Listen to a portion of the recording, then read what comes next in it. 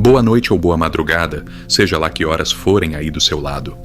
Antes de começarmos, me responde uma coisa. Qual é o lugar mais silencioso onde você já esteve?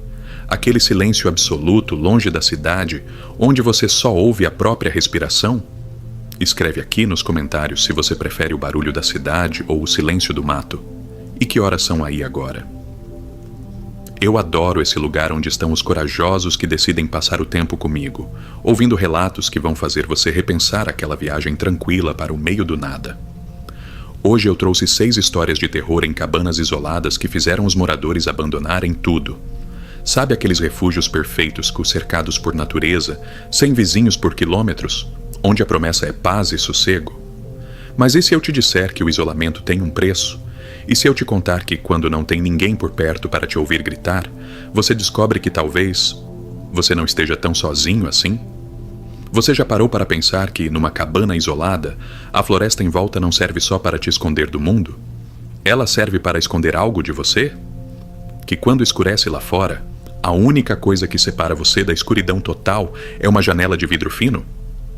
Você confia que está seguro, tranca a porta e apaga a luz, sem fazer ideia do que pode estar te observando entre as árvores. Sinistro, né? Antes de começarmos, deixa aquele like se você está preparado para essa maratona de isolamento e terror. E se você é novo aqui no canal, seja muito bem-vindo ao Contos do Max. Eu sou o Max e aqui a gente não conta historinhas para passar o tempo. A gente conta histórias que vão grudar na sua mente e te fazer olhar diferente para cada sombra na janela hoje à noite. Ah, e ativa o sininho das notificações porque toda semana tem relato novo e você não vai querer perder. Respira fundo, confere se as cortinas estão fechadas e vamos começar.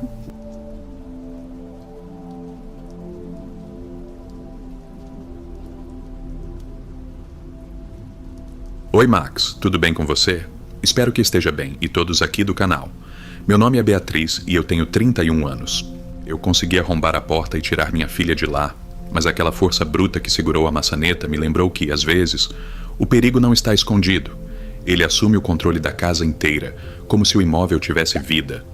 Eu preciso contar isso porque ainda não consigo dormir direito.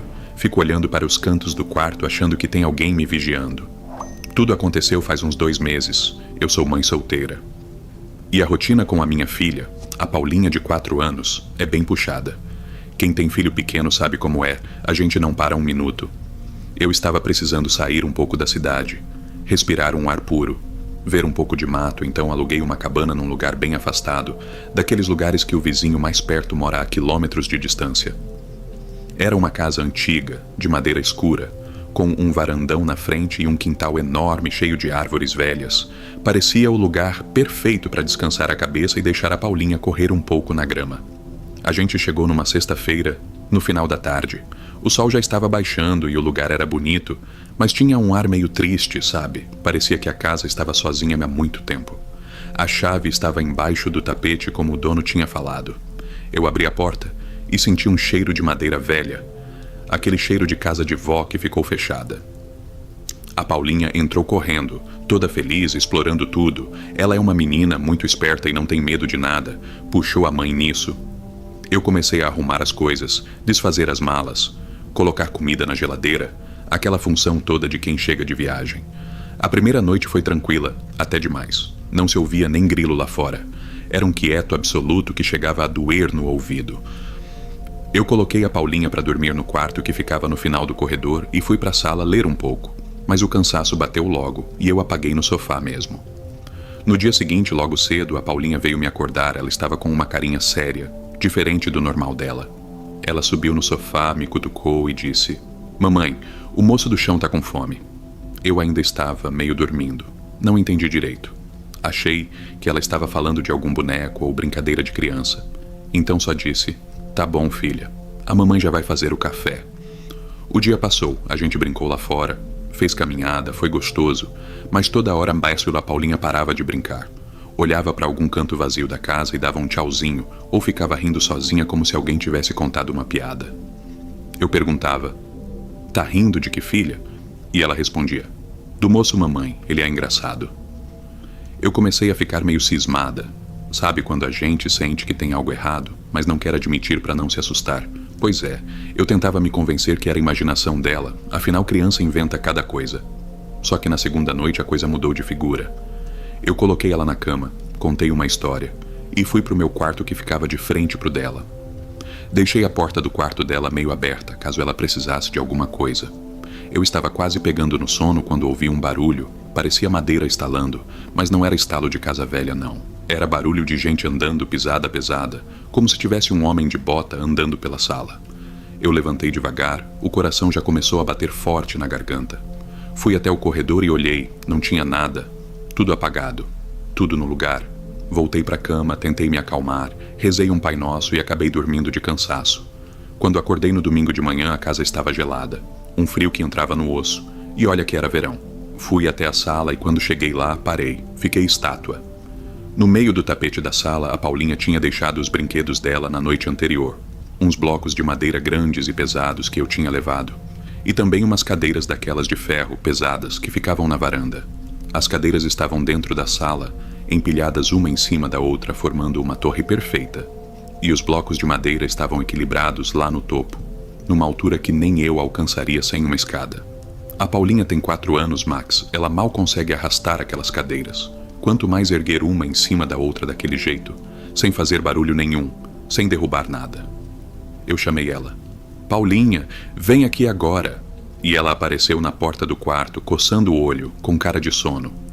Eu apontei para aquilo e perguntei: foi você que fez isso?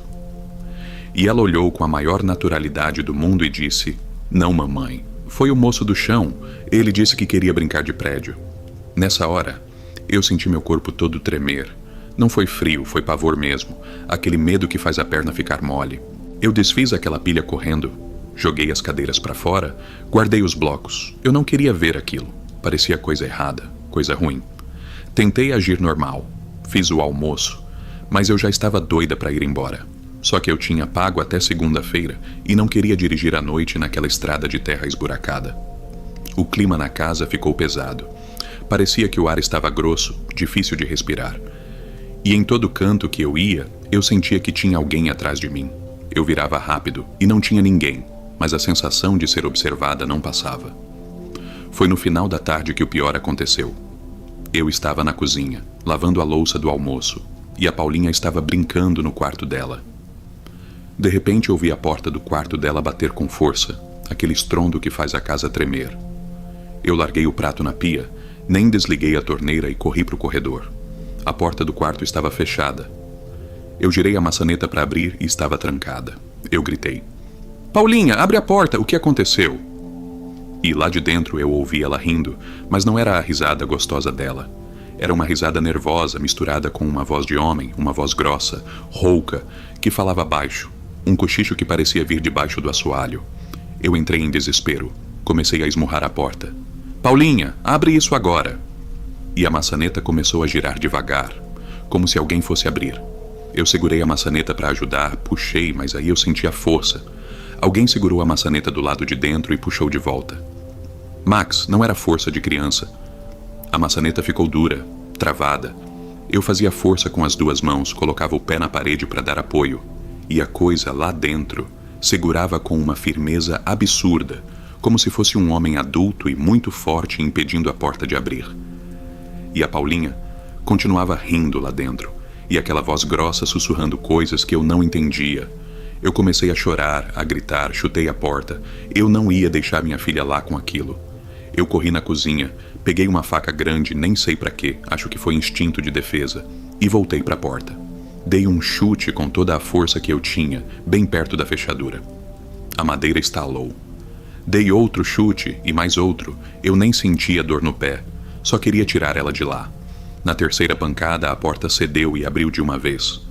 O quarto estava um breu, as cortinas fechadas, mas deu para ver a Paulinha sentada no meio do chão, olhando para um canto vazio do quarto, para o canto onde o piso de madeira tinha uma fresta maior. Não tinha ninguém, Max. Não tinha homem, não tinha bicho.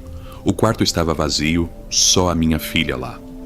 Mas o cheiro, aquele cheiro de terra molhada e coisa podre, estava insuportável ali dentro. Eu não pensei 2 vezes. Não procurei explicação. Eu só peguei a Paulinha no colo, ela estava pesada, parecia que não queria vir. mas eu puxei ela com força, saí correndo daquele quarto, atravessei a sala, peguei a chave do carro em cima da mesa e saí daquela casa sem olhar para trás. Deixei tudo lá, roupa, brinquedo, comida, minha bolsa com documento, tudo. Só coloquei a Paulinha no banco de trás, tranquei o carro e desci aquela estrada de terra voando, o carro pulando nos buracos e eu rezando, pedindo para Deus tirar a gente dali. Enquanto eu dirigia, olhei pelo retrovisor e vi a Paulinha dando tchauzinho com a mão, olhando pro vidro de trás. Eu perguntei, tá dando tchau pra quem, filha? E ela disse, pro moço. Ele tá triste que a gente foi embora. Ele queria que eu ficasse no buraco com ele. Eu nunca mais voltei lá para buscar minhas coisas. Pedi pro meu irmão ir lá depois de uma semana com os amigos dele para pegar as malas. Ele disse que a casa estava normal, mas que achou estranho que todas as cadeiras da casa, da cozinha e da varanda estavam empilhadas na sala de novo, formando uma torre até o teto. Hoje a gente mora num apartamento bem longe de mato, de terra, mas às vezes, de noite, quando tá tudo quieto, eu ouço a Paulinha conversando baixinho no quarto dela. E quando eu pergunto com quem ela tá falando, ela diz que é só com as bonecas. Mas eu vejo o jeito que ela olha pro chão, e eu sei. Eu sinto que aquilo, seja lá o que for, talvez não tenha ficado só naquela cabana.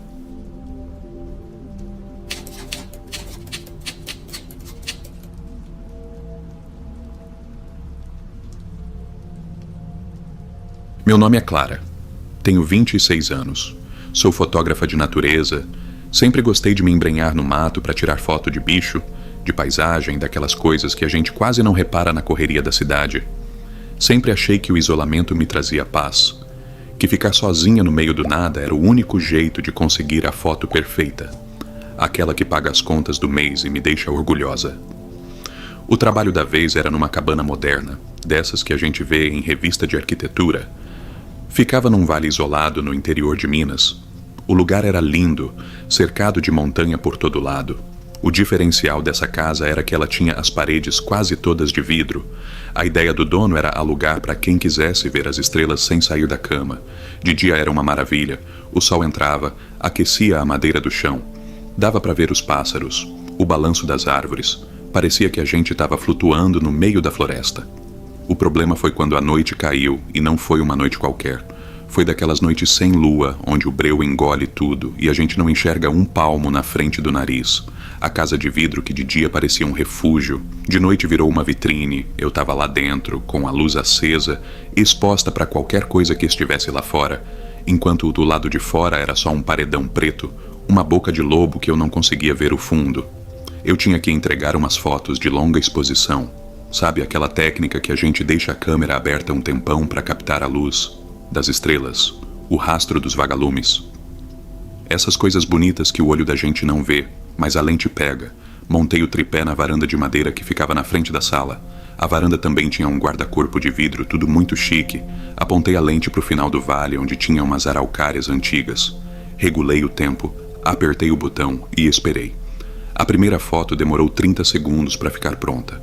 Eu fiquei ali parada, ouvindo o vento bater nas folhas, sentindo aquele cheiro de terra úmida que sobe quando a noite esfria. A câmera fez o barulho do obturador fechando. Eu fui conferir no visor, a imagem estava linda. As estrelas pareciam riscos de luz no céu. As árvores estavam bem nítidas, mas tinha uma coisa estranha no canto esquerdo, lá perto da cerca velha que dividia o terreno.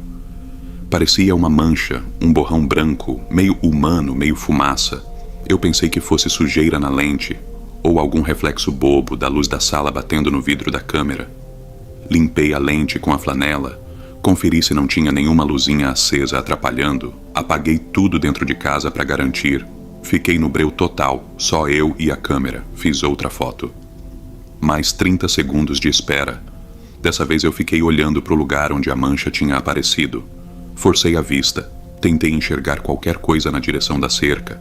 Não tinha nada, só o mato balançando devagar, o grilo cantando, aquela paz de roça que engana a gente. A câmera estalou de novo, fui olhar o visor. A mancha estava lá outra vez, só que agora ela estava mais nítida, não parecia mais sujeira. Tinha formato de gente, uma pessoa parada, estática, com os braços caídos do lado do corpo. E o pior de tudo, estava mais perto. Na primeira foto ela estava na cerca, agora Ela já tinha passado da primeira linha de árvores. Parecia que estava vindo na direção da casa. Mas o que me deixou com o estômago embrulhado foi que eu não via nada a olho nu. Eu olhava para frente, pro gramado, e não tinha ninguém. Era só capim e vento. Olhava para a câmera e a figura estava lá, brilhando num branco sujo, como se tivesse luz própria, ou como se a câmera enxergasse um plano que eu não conseguia acessar. Meu coração começou a bater descompassado. Aquela sensação ruim de que tem alguém te observando pelas costas. Só que o observador estava na minha frente, invisível. Só existia dentro daquele aparelho digital.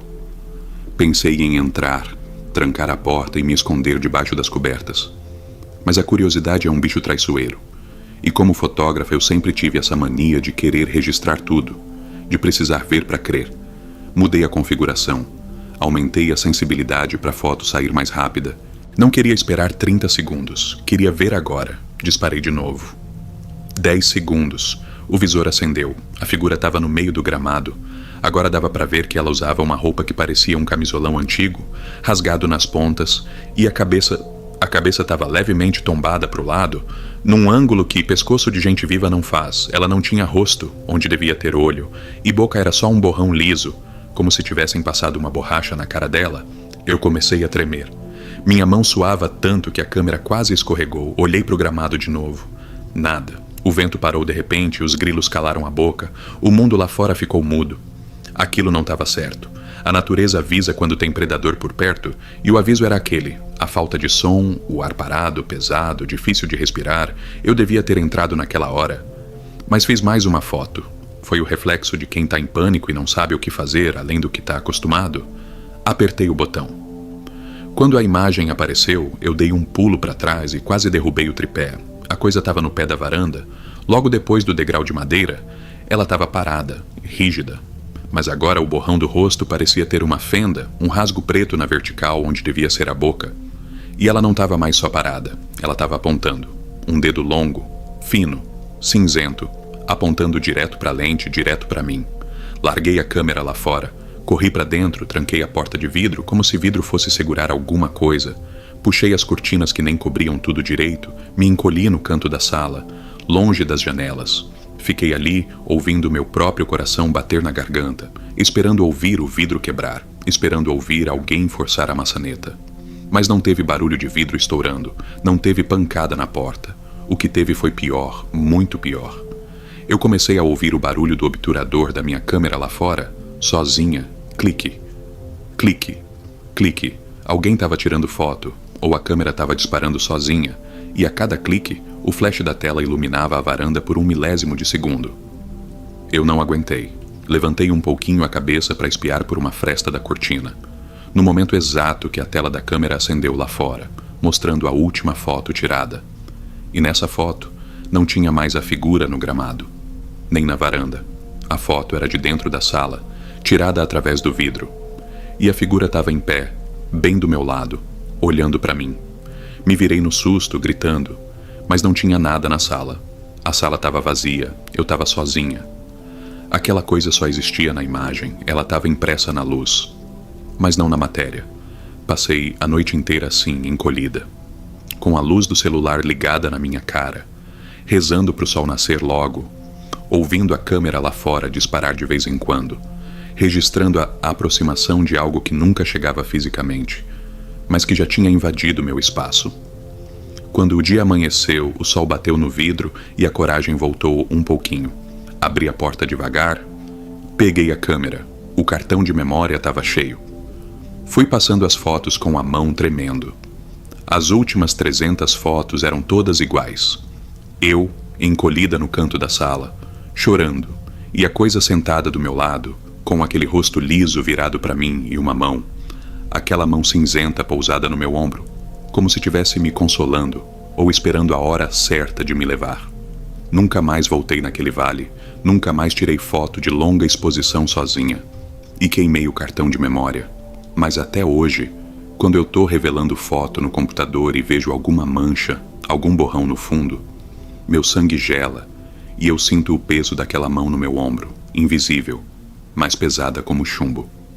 O pior é que aquela figura não queria entrar à força. Ela parecia esperar um convite, ou talvez que eu cometesse o erro de tentar me comunicar, exatamente como aconteceu com um rádio antigo na história seguinte.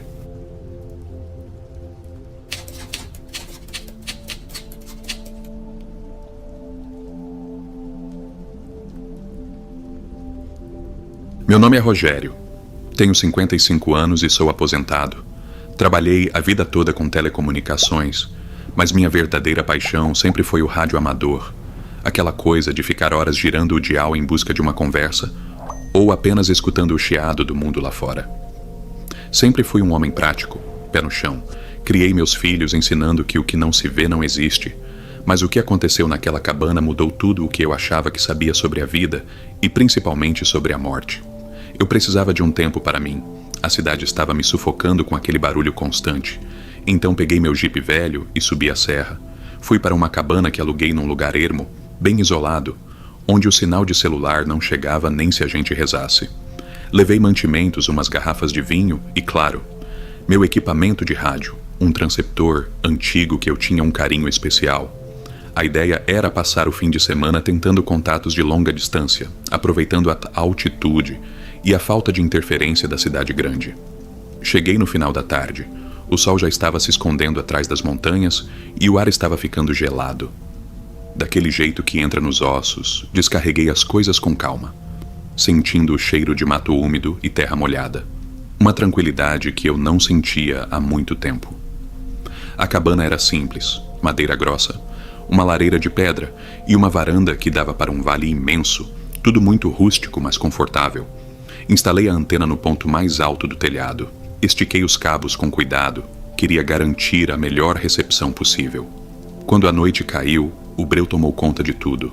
Não se via uma luz num raio de quilômetros, apenas as estrelas e a lua minguante que mal iluminava o terreiro. Acendi a lareira, abri um vinho e me sentei na frente do rádio. A luz amarela das válvulas aquecendo me trazia uma sensação de conforto, de estar em casa. Comecei a girar o botão de sintonia, o chiado estático preencheu a sala. Aquele som de chuva constante que para mim era música. Fui passando pelas frequências, ouvindo conversas picotadas de caminhoneiros, gente falando de tempo, de estrada, nada muito interessante. A noite avançava e o frio aumentava. Coloquei mais lenha no fogo e voltei para o rádio. Decidi buscar frequências mais baixas, onde a propagação costuma ser melhor nessas horas. O chiado mudou de tom, ficou mais grave, mais pesado. Foi quando eu ouvi, no meio da estática, uma voz. Não era uma conversa normal. Não parecia alguém falando com outra pessoa. Parecia alguém narrando alguma coisa. Ajustei o filtro de ruído. Tentei limpar o sinal. A voz foi ficando mais nítida. Era uma voz masculina, rouca, cansada. E o mais estranho era que ela me parecia familiar. Muito familiar. Fiquei ouvindo com atenção, tentando entender o que o sujeito dizia. Ele acabou de sentar, a voz disse. Franzi a testa, achei curioso, continuei escutando. Ele está segurando a caneca com a mão direita, olhando para o dial. A voz continuou. Nessa hora eu travei. Olhei para a minha mão direita e lá estava ela, a caneca de café que eu tinha acabado de pegar. O coração deu um solavanco no peito.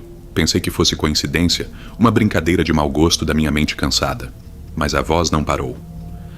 Ele largou a caneca. Está olhando para os lados, procurando alguma coisa, disse o rádio. Eu estava fazendo exatamente isso.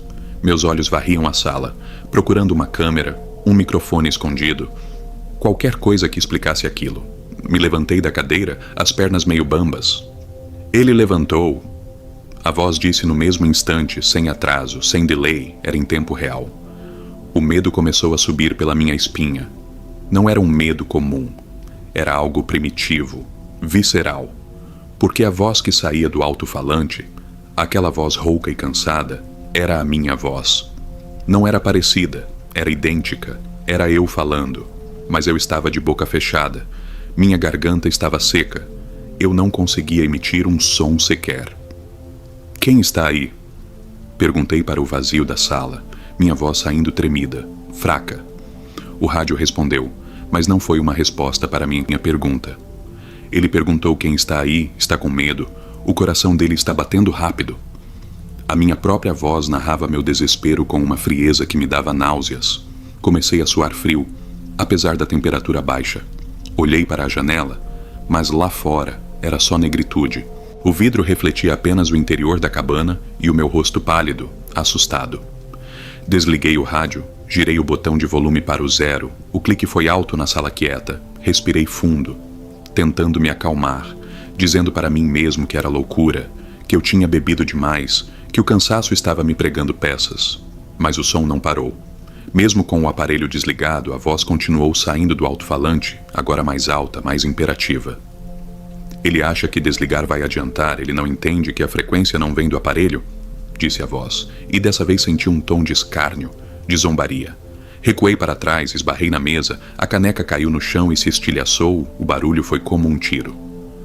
A caneca quebrou, ele está encurralado, narrou a voz. Eu não sabia o que fazer. Peguei a chave do jipe no bolso. Minha única ideia era sair dali, fugir daquela voz maldita, correr para o carro e descer a serra o mais rápido possível. Corri para a porta, girei a maçaneta, mas ela não abria. Estava trancada. Mas eu não tinha trancado. Eu tinha deixado apenas no trinco. Forcei, empurrei com o ombro. Nada, parecia soldada na parede. Ele está tentando fugir, mas não tem para onde ir. A voz no rádio agora ria, uma risada seca, sem alegria, que ecoava pelas paredes de madeira. Voltei para o meio da sala, ofegante, sentindo o ar ficar pesado, difícil de respirar. A lareira começou a diminuir. As chamas que antes eram altas e fortes agora eram apenas brasas moribundas, como se algo estivesse sugando o calor do ambiente. A temperatura despencou. Podia ver minha respiração formando nuvenzinhas de vapor. O frio era antinatural, penetrava na roupa, na pele, ia direto na alma. Ele está sentindo a presença agora, ele sabe que não está sozinho. A voz disse, e dessa vez ela parecia vir de todos os lugares ao mesmo tempo. Não só do rádio, mas das paredes, do teto, do chão. Olhei em volta, girando o corpo, tentando ver o que estava acontecendo. Mas não havia ninguém, apenas os móveis velhos. A lareira apagando e aquela sensação horrível de estar sendo observado por 1000 olhos invisíveis. Ele vai olhar para trás agora, a voz disse num tom baixo, quase um segredo. Eu não queria olhar, meu corpo gritava para não olhar, mas foi mais forte que eu. Uma força que não sei explicar me fez virar o pescoço lentamente, em direção ao canto mais escuro da sala, onde a luz da lareira não chegava. Não vi nada, apenas o vazio, o breu absoluto. Soltei o ar que estava prendendo, pensando que talvez fosse tudo coisa da minha cabeça, que eu estava tendo um surto, um colapso nervoso.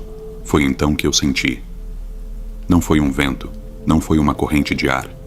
Foi uma mão grande, pesada, gélida como gelo seco, pousou no meu ombro direito. Senti os dedos compridos apertarem minha clavícula, o frio atravessando a jaqueta grossa, queimando minha pele de tão gelado. Eu paralisei. Não conseguia me mexer, não conseguia gritar. Apenas senti aquele toque inumano, aquela presença que estava ali, colada nas minhas costas, respirando um ar podre perto do meu ouvido. A voz no rádio falou uma última vez, e dessa vez não era mais a minha voz. Era uma voz gutural, profunda, que parecia vir de debaixo da terra. Eu te peguei. Tudo ficou preto. Apaguei, desmoronei no chão como um saco de batatas. Acordei com o sol batendo no meu rosto. Estava caído no assoalho de madeira, com o corpo todo dolorido, a cabeça latejando. Levantei com dificuldade, olhei em volta. A cabana estava normal. A porta estava destrancada. O rádio estava desligado. Pensei que tivesse sido um pesadelo, um sonho ruim causado pelo vinho ou pelo cansaço. Comecei a juntar minhas coisas, querendo ir embora dali o mais rápido possível. Não queria pagar para ver. Fui ao banheiro lavar o rosto, jogar uma água fria para acordar de vez. Quando levantei a cabeça e olhei no espelho, o chão sumiu debaixo dos meus pés. No meu ombro direito, exatamente onde eu tinha sentido o toque, havia a marca de uma mão, 5 dedos roxos, como hematomas profundos, marcas de queimadura de frio desenhadas na minha pele. Não peguei mais nada. Deixei o equipamento, deixei a roupa, deixei tudo para trás, entrei no jipe e desci aquela estrada de terra como um louco. Quase capotei 2 vezes. Só parei quando cheguei no posto de gasolina na rodovia, tremendo, chorando feito criança. Nunca mais voltei lá. Nunca mais liguei um rádio amador na minha vida, vendi tudo. Me mudei para um apartamento pequeno no centro da cidade, onde tem barulho, onde tem gente, onde nunca fica totalmente escuro. Mas até hoje, às vezes, quando estou sozinho em casa e o silêncio aperta, tenho a impressão de ouvir aquela estática, aquele chiado baixo. E sinto meu ombro gelar, como se aquela mão ainda estivesse lá, repousada, esperando eu olhar para trás de novo. Aquele toque frio me marcou, mas a presença física de algo que não deveria estar ali se tornou ainda mais agressiva, no relato de uma mãe que achava que estava protegida com sua filha.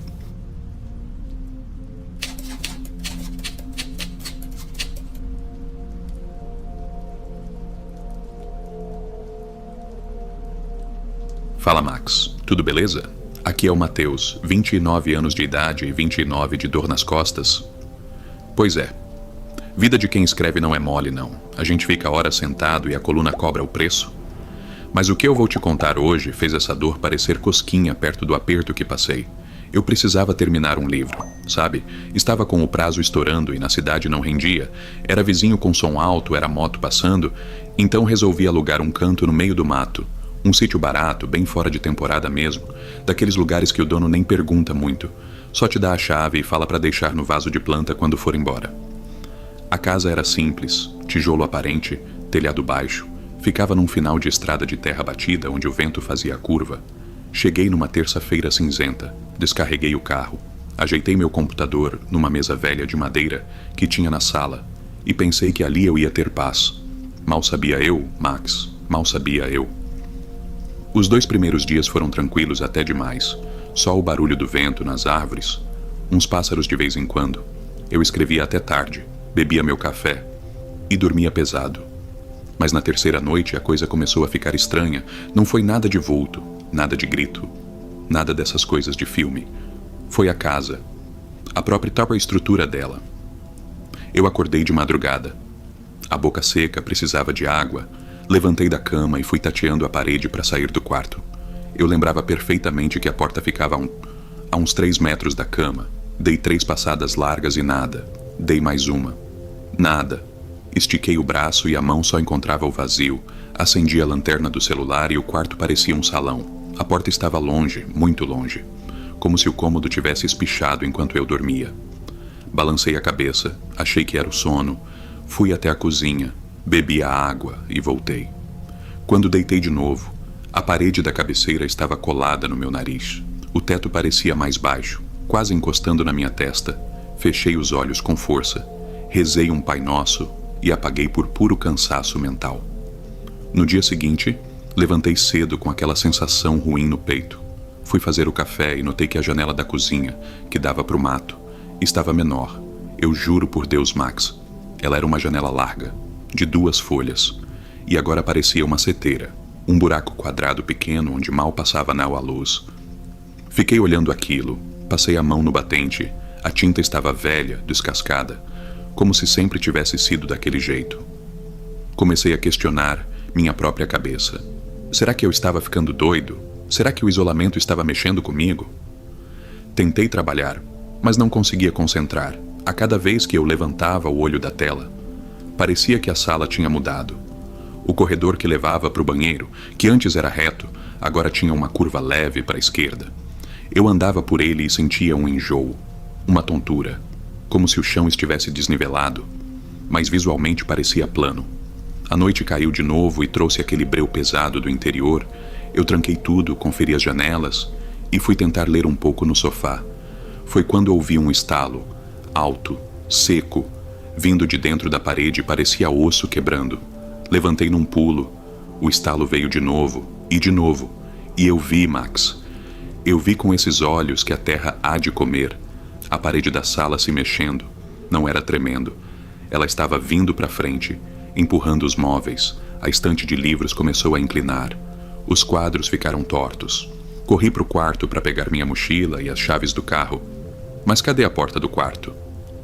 Onde devia ter o batente de madeira, tinha uma parede lisa, sem emenda, sem marca, como se nunca tivesse existido passagem ali. Eu estava preso na sala e na cozinha, e o espaço estava diminuindo.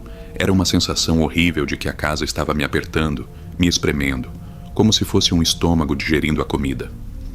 O ar foi ficando pesado, difícil de puxar para os pulmões. Eu suava frio, o coração batendo na garganta. Olhei para a porta da frente, a saída. Ela parecia ter encolhido também, estava estreita. Parecia porta de casa de boneca. Eu não ia passar ali nem se me dobrasse todo.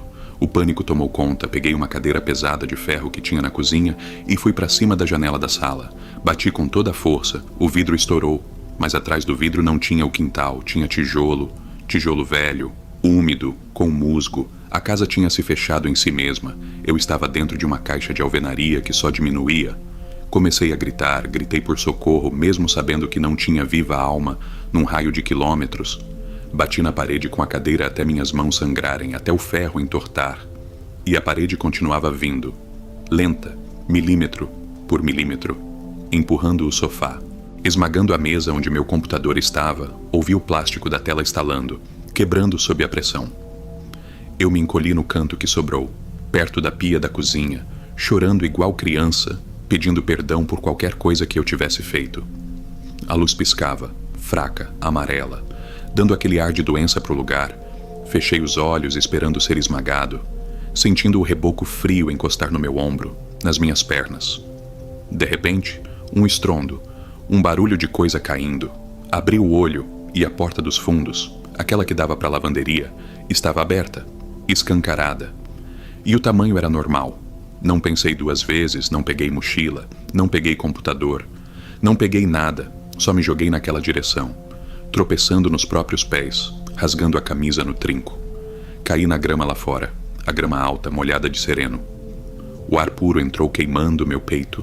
Olhei para trás e a casa estava lá, imóvel, quieta, do mesmo tamanho que eu tinha visto quando cheguei, as janelas normais, a porta normal. Parecia que ela estava zombando de mim, fingindo ser uma construção comum. Entrei no carro, a mão tremia tanto que deixei a chave cair 2 vezes antes de acertar o contato. Arranquei dali cantando pneu, jogando terra para todo lado. Só queria ver luz, gente, asfalto. Enquanto eu dirigia naquela estrada de terra sem iluminação nenhuma, só o farol alto cortando a neblina, comecei a reparar nas outras propriedades. Cercas caídas, porteiras fechadas com correntes grossas, casinhas lá no fundo do pasto, tudo apagado, tudo quieto demais. Fugi antes que a casa me engolisse, mas ao dirigir para longe percebi que o terror nas estradas desertas ao redor dessas cabanas pode ser tão real quanto o que vive dentro delas. Cada curva parecia esconder algo, cada árvore parecia ter um formato estranho, e a sensação de que a geometria do mundo lá fora também estava errada não saía da minha cabeça. Hoje eu escrevo da cidade, do meio do barulho, da poluição, e nunca mais reclamei de vizinho barulhento, porque o pior barulho, Max, é o da casa se ajeitando para te jantar.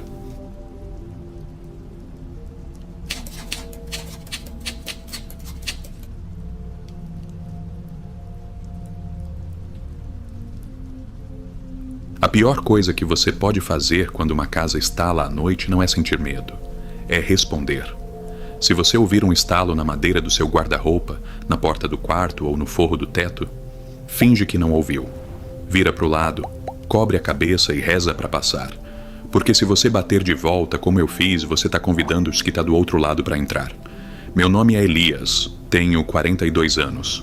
Sou arquiteto, um homem de exatas, de lógica, de concreto armado. Sempre achei que casas fossem só abrigo, matéria inerte empilhada para proteger a gente do frio e da chuva.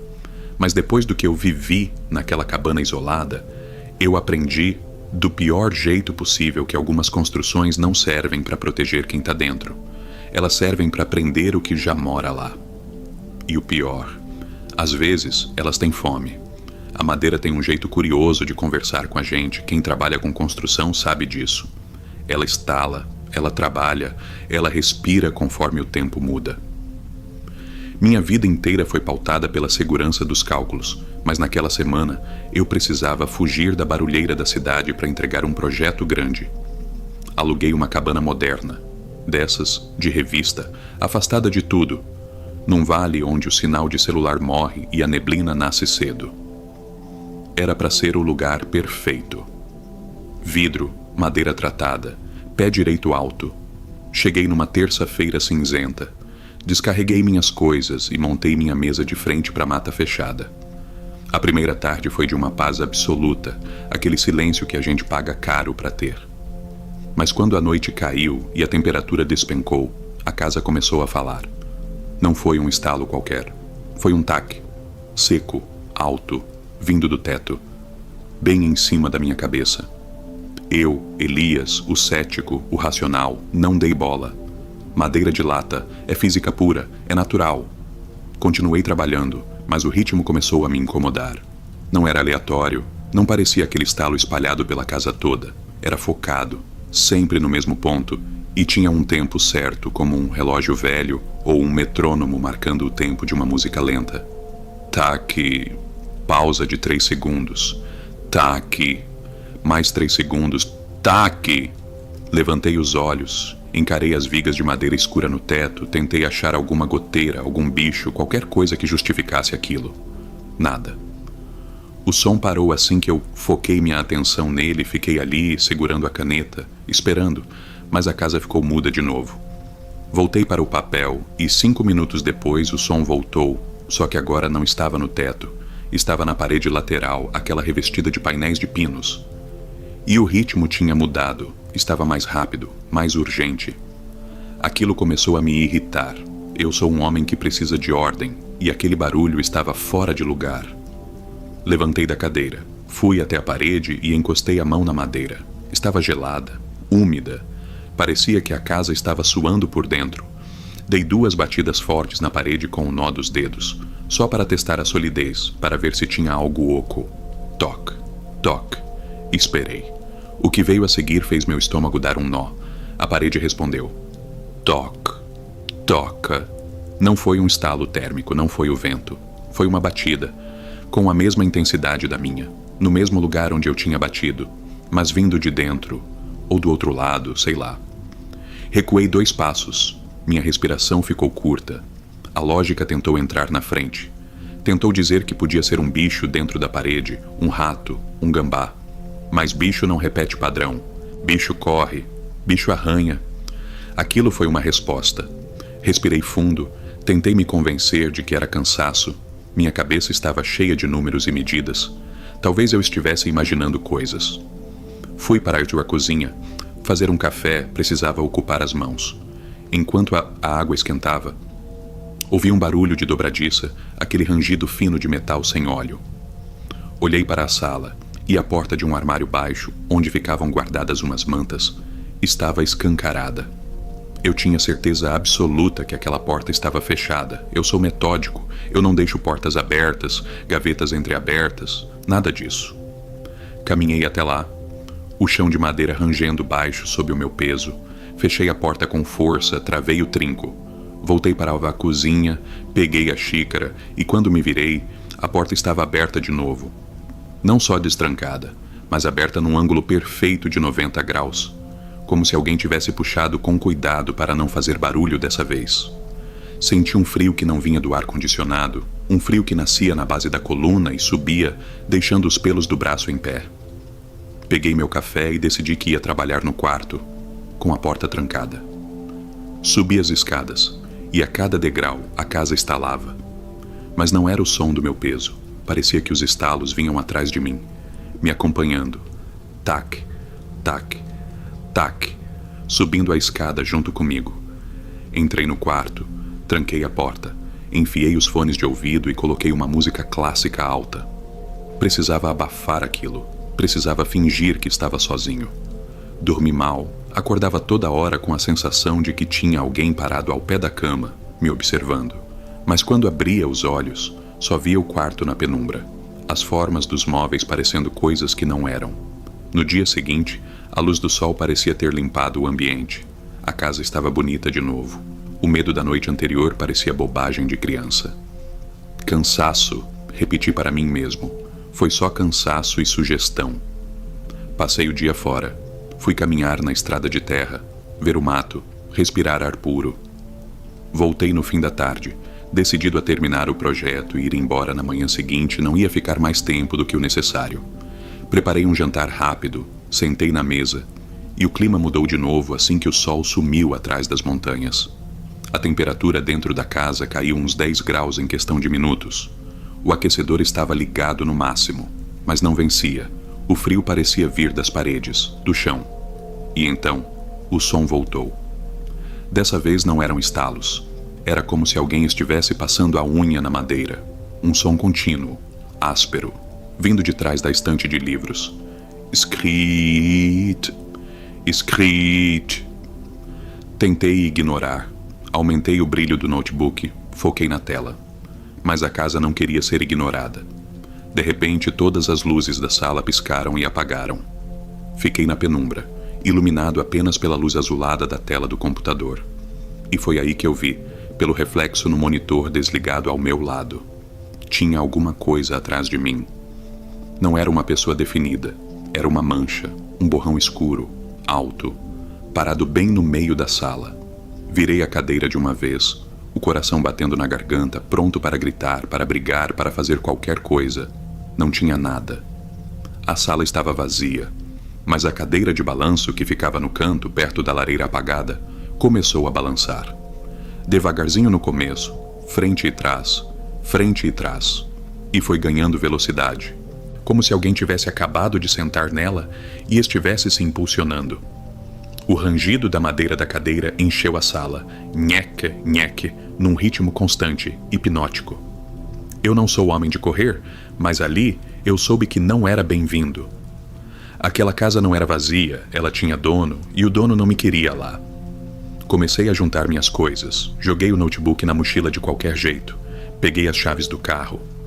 A cadeira continuava balançando, cada vez mais forte, quase violenta agora.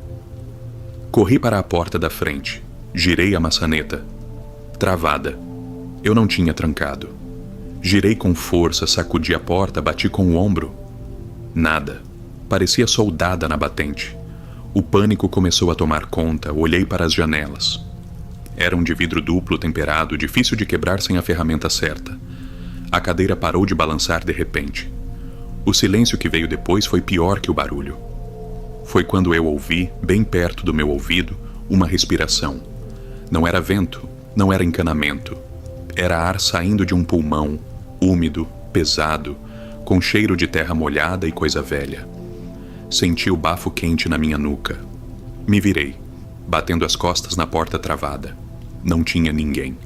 Mas a janela grande da sala, aquela que dava para o mato e que agora estava preta como breu lá fora, começou a embaçar. Não estava frio o suficiente lá fora para isso, e o embaçado vinha de dentro. Uma mancha de vapor foi crescendo no vidro, como se alguém estivesse baforando ali, bem na minha frente. E então, um dedo invisível começou a escrever no vapor. Eu fiquei paralisado, vendo aquele traço surgir no vidro, letra por letra, uma caligrafia antiga, cheia de curvas. O som do dedo rangendo no vidro era agudo, de doer os dentes. A palavra brilhou no vidro por um segundo. Fica. Eu não pensei, agarrei um banquinho pesado de madeira maciça que estava perto da porta e joguei com toda a minha força contra a janela lateral menor. O vidro estourou. Cacos voaram para todo lado, cortando minha mão, meu rosto. Não liguei, me joguei pelo buraco, caí na grama molhada lá fora, rolei, levantei e corri para o carro. Minha mão tremia tanto que deixei a chave cair 2 vezes antes de conseguir abrir a porta. Entrei, tranquei, dei a partida cantando o pneu. Enquanto o carro manobrava, o farol varreu a fachada da casa. E lá estava ela, naquela janela grande onde a mensagem tinha aparecido. Não era um borrão, não era uma mancha.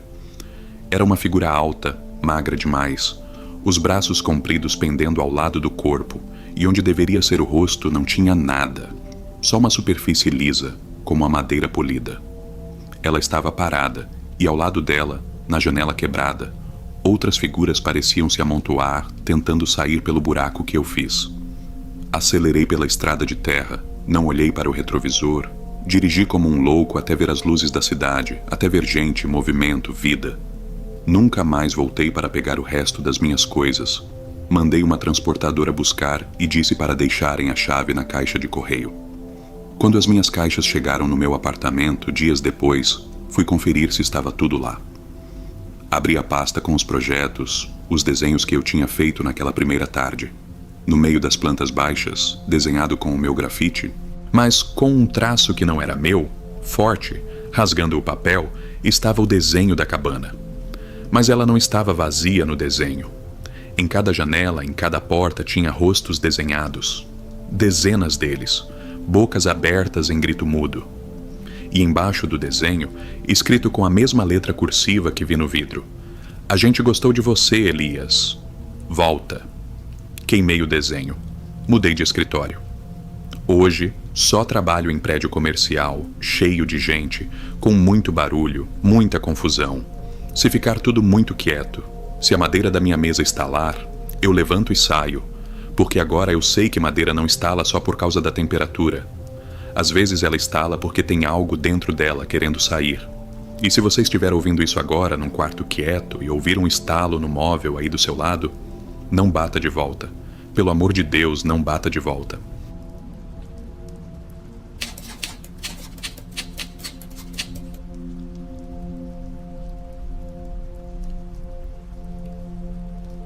Meu nome é Jorge, tenho 38 anos, sou motorista de aplicativo há mais de 5, e o que eu vou contar aqui não é história de pescador nem invenção para boi dormir. É algo que aconteceu comigo numa terça-feira de chuva fina, e que até hoje me faz perder o sono quando a casa fica quieta demais. Aceitei uma corrida daquelas que a gente pega pensando no dinheiro, mas se arrepende na alma depois. Era uma viagem longa, saindo da Zona Norte direto para uma área rural, um lugar que no mapa parecia o fim do mundo. O passageiro era um rapaz quieto. Entrou no carro sem dar boa noite. Vestia um casaco cinza antigo e tinha um cheiro forte de terra molhada. Sabe aquele cheiro de chuva quando bate no asfalto quente? Pois é, mas era mais forte, como terra revirada mesmo. A viagem seguiu sem uma palavra. O rádio estava baixo tocando qualquer coisa sertaneja antiga, e a única coisa que se ouvia era o pneu no asfalto. E depois o barulho de cascalho quando o asfalto acabou. Foram quase 40 minutos rodando numa estrada de terra batida, cheia de buraco. O carro balançava tudo. Eu já estava preocupado com a suspensão, rezando para chegar logo e me livrar daquilo. O GPS indicou o final da rota numa porteira de madeira caindo aos pedaços. O mato estava alto, cobrindo quase tudo, e lá no fundo dava para ver o contorno de uma construção, uma cabana de madeira escura, de 2 andares, com o telhado torto. O rapaz no banco de trás se mexeu pela primeira vez em quase 1 hora. Abriu a porta antes mesmo de eu destravar completamente. E desceu. Não disse obrigado. Não olhou para trás. Só bateu a porta e foi caminhando em direção àquela casa. Eu olhei bem para a construção e vi uma placa caída no chão, quase engolida pelo mato, escrito "Vende-se". Mas a madeira da placa estava tão podre que devia estar ali há uns 10 anos. A casa toda parecia abandonada. Janelas quebradas, madeira inchada pela umidade. Não tinha cara de que morava viva alma ali dentro. Fiquei olhando ele se afastar, sumindo no meio do mato alto, e pensei comigo mesmo: que sujeito estranho. Engatei a ré para fazer o retorno e sair dali voando, mas quando girei a chave o motor engasgou. Tentei de novo, nada. O painel acendeu e apagou. O carro morreu ali mesmo, no meio do nada, com aquela chuva fina caindo e o vento balançando as árvores em volta. Foi nessa hora que o medo bateu. Não aquele susto de filme, mas um aperto no peito. Uma coisa ruim. Tentei bater a chave mais uma vez e o motor nem fez barulho. Estava tudo quieto, nem grilo cantava, parecia que o mundo tinha parado. Decidi descer para ver se era algum cabo da bateria solto, sei lá. A gente tenta achar uma explicação lógica na hora do desespero. Quando coloquei o pé na lama, ouvi um estalo alto como um transformador estourando. E num piscar de olhos a cabana se iluminou. Mas não foi uma luz de cada vez. Todas as luzes da casa, do porão ao sótão, acenderam ao mesmo tempo com uma força amarela, forte, que doía à vista. A casa, que parecia abandonada segundos antes agora, brilhava como se tivesse festa. Fiquei paralisado, segurando a porta do carro, e meus olhos foram direto para a janela lá de cima, no sótão. A cortina estava rasgada e tinha alguém lá. Era ele, o passageiro que eu tinha acabado de deixar. Mas tinha alguma coisa muito errada. Ele estava com a testa encostada no vidro. E o rosto dele... Meu Deus! O rosto parecia que estava derretendo. Era como se a pele fosse uma máscara de borracha mal colocada, larga demais para os ossos. O olho esquerdo estava caído, quase na bochecha. E a boca estava torta, num ângulo impossível. Ele levantou a mão e começou a acenar.